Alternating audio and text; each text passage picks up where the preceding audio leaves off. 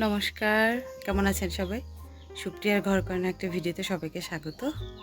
কয়েকদিন যাবৎ বলতেছি বাহিরে যাব, ফাইনালি আজকে সেই দিন চলে আসছে। আজকে 9 তারিখ। আজকে আমাদের দেশের বাইরে যাওয়ার একটা প্ল্যান আছে। কোথায় যাব আস্তে আস্তে জানতে পারবেন। আর আমি গত 2-3 দিনে এত বেশি ব্যস্ত ছিলাম, আমি কোনো কিছু ভিডিও করতে পারিনি। আপনারা তো জানেনই যে আমার বাড়িতে আমার একটা বয়স্ক শাশুড়ি আছে। ওনাকে রেখে আমি যখন তখন যেখানে সেখানে যেতে পারি না। তো ওনাকে রেখে যাবো বিধায় আমাকে এই কয়দিন অনেক বেশি কাজ করতে হয়েছে। যাই হোক, চলুন এখান থেকে ভিডিওটা শুরু করি। এখন 5টা বাজে, আমি রান্নাঘরে আসছি। আগে রান্না বসাবো, এরপর যাবতীয় কাজ করে ঠরে তারপর বের হব। এই চেষ্টা আছে 8:30টার ভিতরে বের হইতে, 8টা থেকে 8:30। যাই হোক, চলুন আগে ভিডিওটা শুরু করলাম, দেখি কতটা কি যাওয়ার আগে আমি শ্যুট করতে পারি। আর যা বাড়ি থেকে বের হইলে তার কোনো ঝামেলা থাকবে না। চলুন।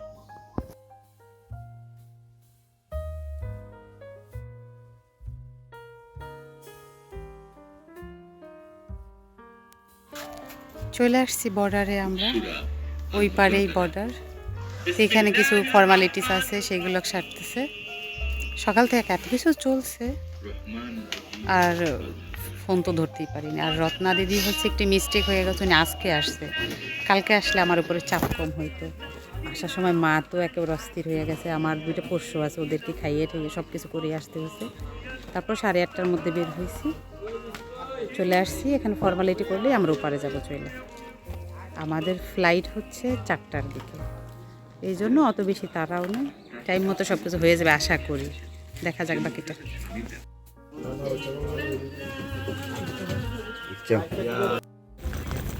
আমি প্রথমবার দেশের গণ্ডি পার হইয়া অন্য দেশে পা দিলাম। এইটা হচ্ছে ইন্ডিয়া আর ওইটা হচ্ছে বাংলাদেশ। আমি যাচ্ছি ইন্ডিয়া। এটা কি সাসপেন্সে রাখছিলাম। যাই হোক, এখন আমাদের ফর্মালিটিস পূরণ হচ্ছে। বাংলাদেশের ওইখানে যেটা ফর্মালিটি ছিল সেটা পূরণ হয়েছে, এখন এখানে আসছি। আমার যাওয়া লাগবে? যাই হোক, দাদা আসছে আমাদের আগে দিতে।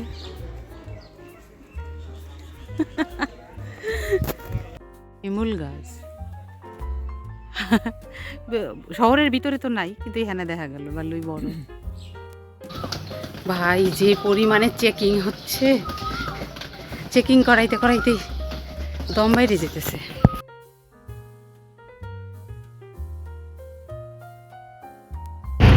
বর্ডারের যত ফর্মালিটি সব শেষ করে আমরা একটা গাড়ি পরে আমরা সোনামুড়ায় গিয়ে কিছু খাবো। তারপরে যা আমাদের বিকেলের দিকে তো ফ্লাইটে কোনো সমস্যা হবে। আমরা আসছি একটা দোকানে, সারে চা খাবো। তার আবার চা না খাইলে তো ভালো লাগে না। তো আমাকে বলতেছে টুকটাক কিছু খাও, কিছুই খেতে ইচ্ছে করছে না। মাকে ফোন করলাম, আগে মায়ের সাথে কথা বললাম, খুব টেনশন লাগতেছিল। কথা বললাম, এখন একটু শান্ত হয়েছে। অনেকে আছে জার্নি করলে খেতে পারে না, আমি আমার মায়ের মতো জার্নি করতে আমি প্রচুর খেতে পারি, ভালো লাগে, নতুবা বোরিং ফিল হয়। তো এখানে 20 টাকা দিয়ে একটা নিয়েছি। এটা বাংলাদেশে যে টমেটোস একটা আছে, লেস ওরকম।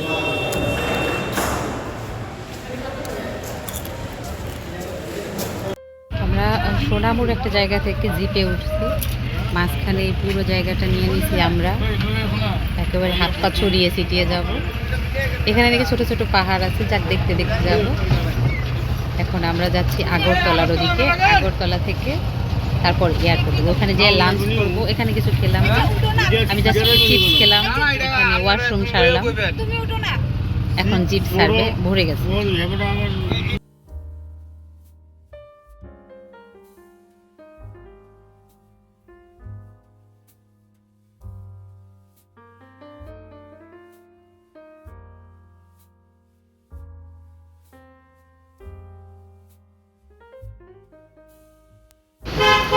আমাদের এই লম্বা সফরে প্রায় 2.5 ঘন্টা জার্নি করার পরে আমরা এক জায়গায় আসছি, একটা অফিসে। এখান থেকে মানি এক্সচেঞ্জ করব। আমরা যেটা ডলার তো নিয়েই নিচ্ছি, কিন্তু কিছু আছে সেগুলো মানি এক্সচেঞ্জ করে এখান থেকে একটু পরে খাওয়া দাওয়া করবো, তারপর যাব আকাশে ওড়ার জন্য। আর এখানে বসে বসে বাড়িতে ফোন দিচ্ছিলাম যে হ্যাঁ আমরা পৌঁছে গেছি। হ্যাঁ,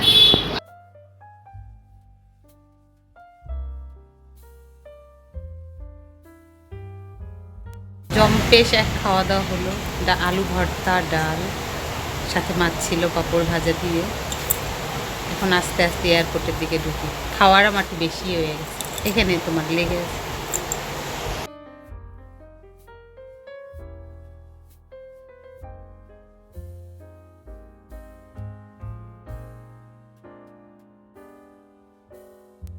আমাদের সব ফর্মালিটিস ডান, ওয়েট করতেছি। এখন প্রায় 2 ঘন্টা ওয়েট করতে হবে। একটু ঘুরে ঘুরে দেখি, যা দেখি ভালো লাগে, কিন্তু এত এক্সপেন্সিভ, হাতে সেকা লাগে।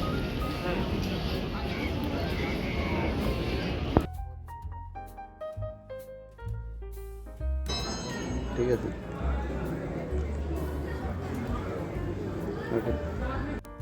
যেখানে বসে আছি এখান থেকে বাংলাদেশের ফোনে নেটওয়ার্ক সিমে আর কি। বাড়িতে ফোন করলাম মাকে।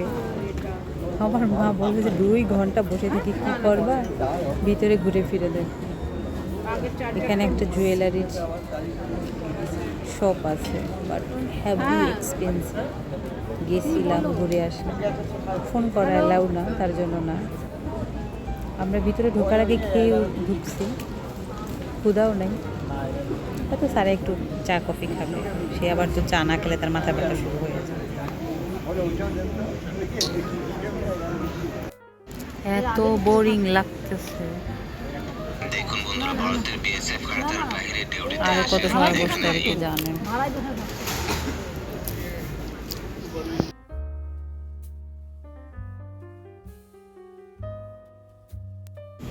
অপেক্ষা করতে করতে একেবারে বিরক্ত হয়ে গেছিলাম। এবার মনে অপেক্ষার পর শেষ হবে।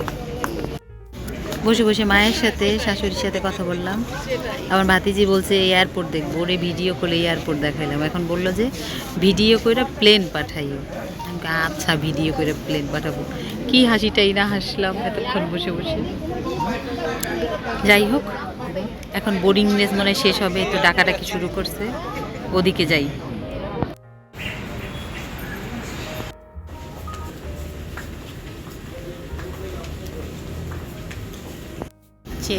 চেকিংয়ে জর্জরিত, এত চেকিং।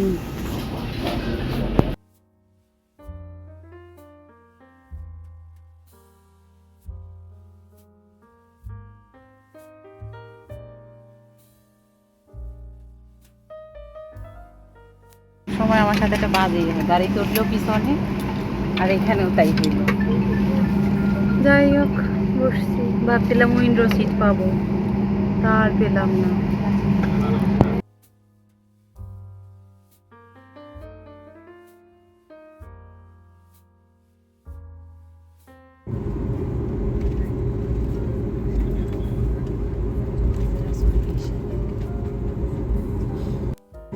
যাই হোক, অবশেষে এখন উড়ান দিচ্ছে। খুব এক্সাইটমেন্ট আমি, কিন্তু অভিজ্ঞতা খুব খারাপ হয়ে গেল। উইন্ডোর সিট যেহেতু পাইনি।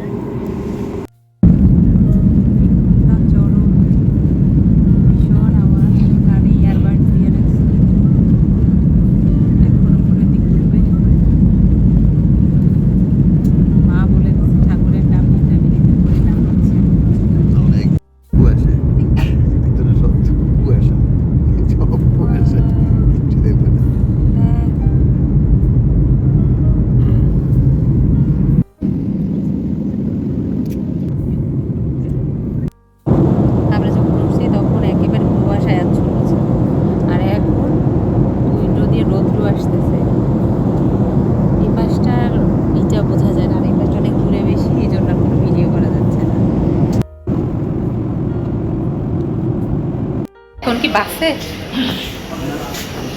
যাই, এখন শুধু লাগেজ কালেক্ট করব, তারপর ট্যাক্সি নেব।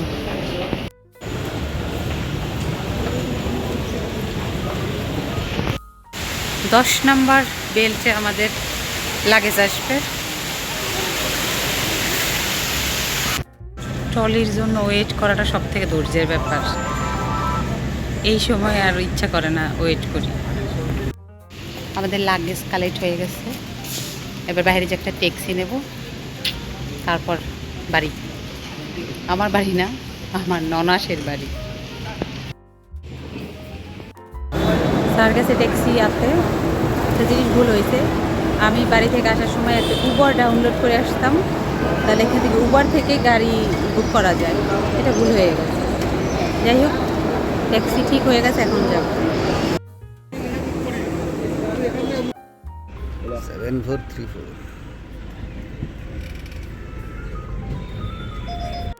দাম এত জ্যাম, আমি তো মনে করছি শুধুমাত্র ঢাকা আর কুমিল্লাতেও জ্যাম, এখানে প্রচুর জ্যাম। আমাদের জল শেষ হয়ে গেছে, তাই রাস্তার মাঝখানে গাড়ি থামাইয়া একটা জলের বোতল কিনলাম।